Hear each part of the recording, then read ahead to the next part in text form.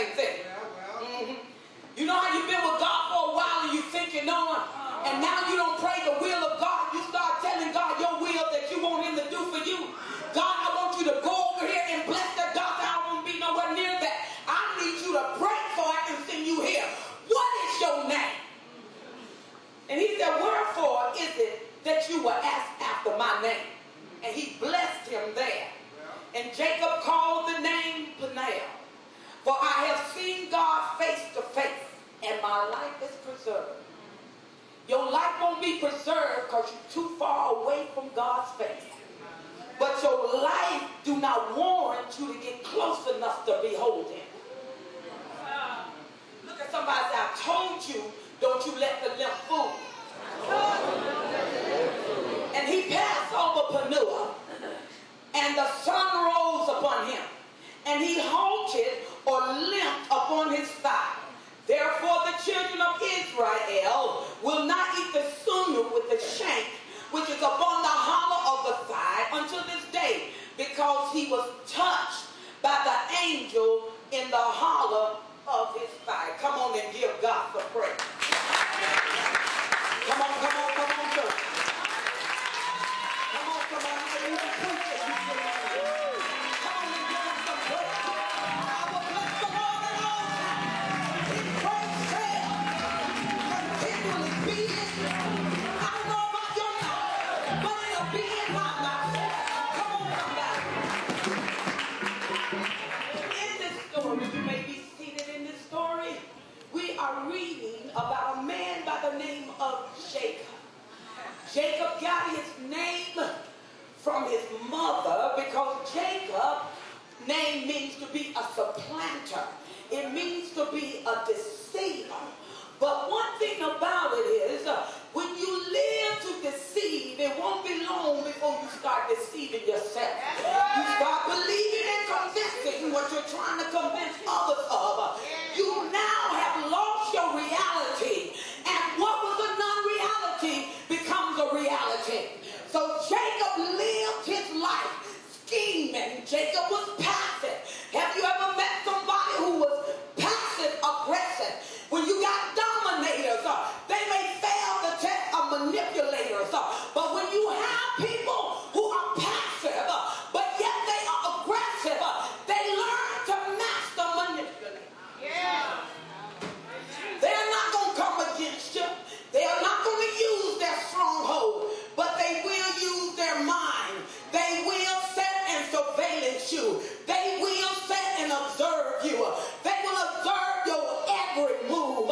They will reserve the thing that made you cry, the thing that made you weak, the thing that made you stronger.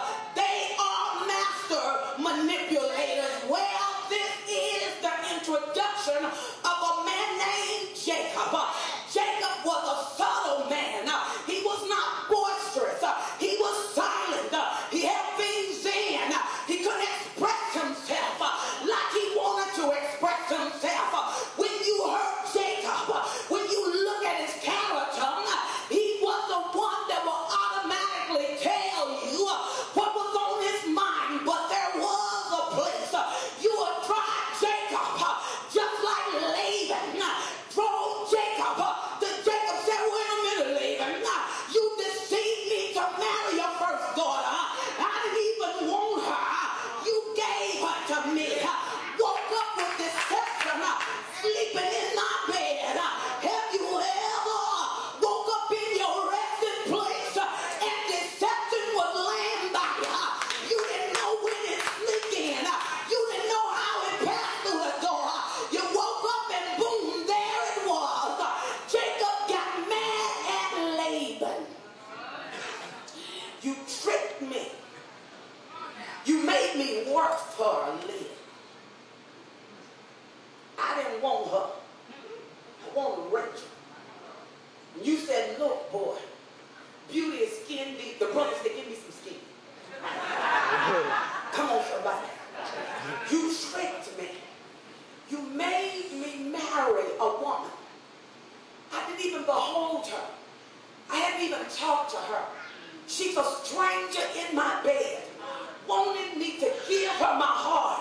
How can you win my heart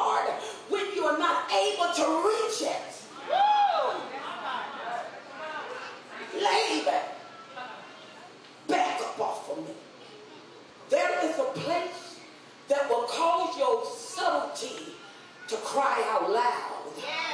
Jacob knew about deception. You remember his dad, who was a prophet by the name of Isaac. Isaac was on his deathbed. He requested his last meal.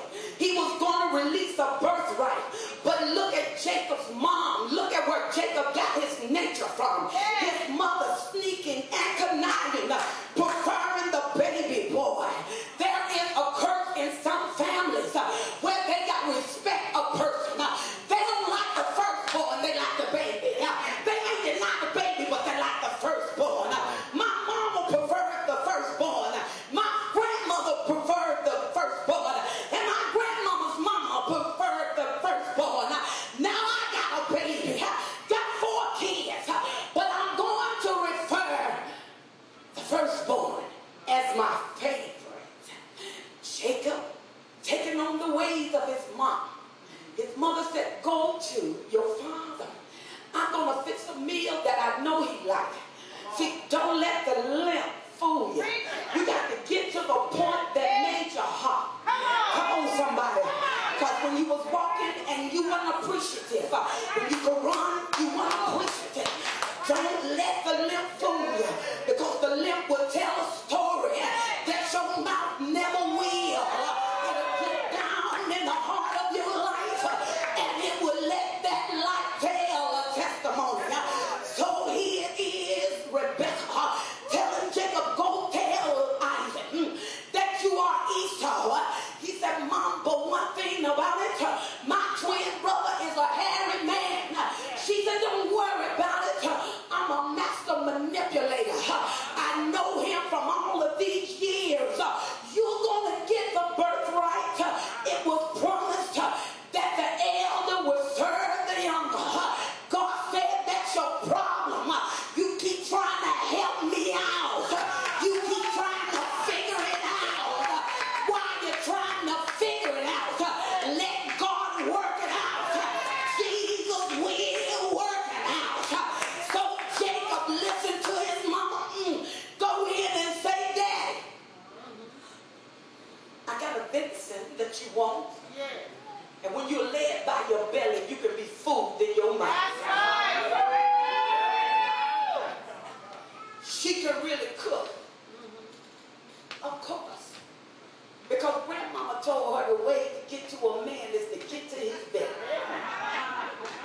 You should have went to church and heard your pastor. Because your pastor would have told you the way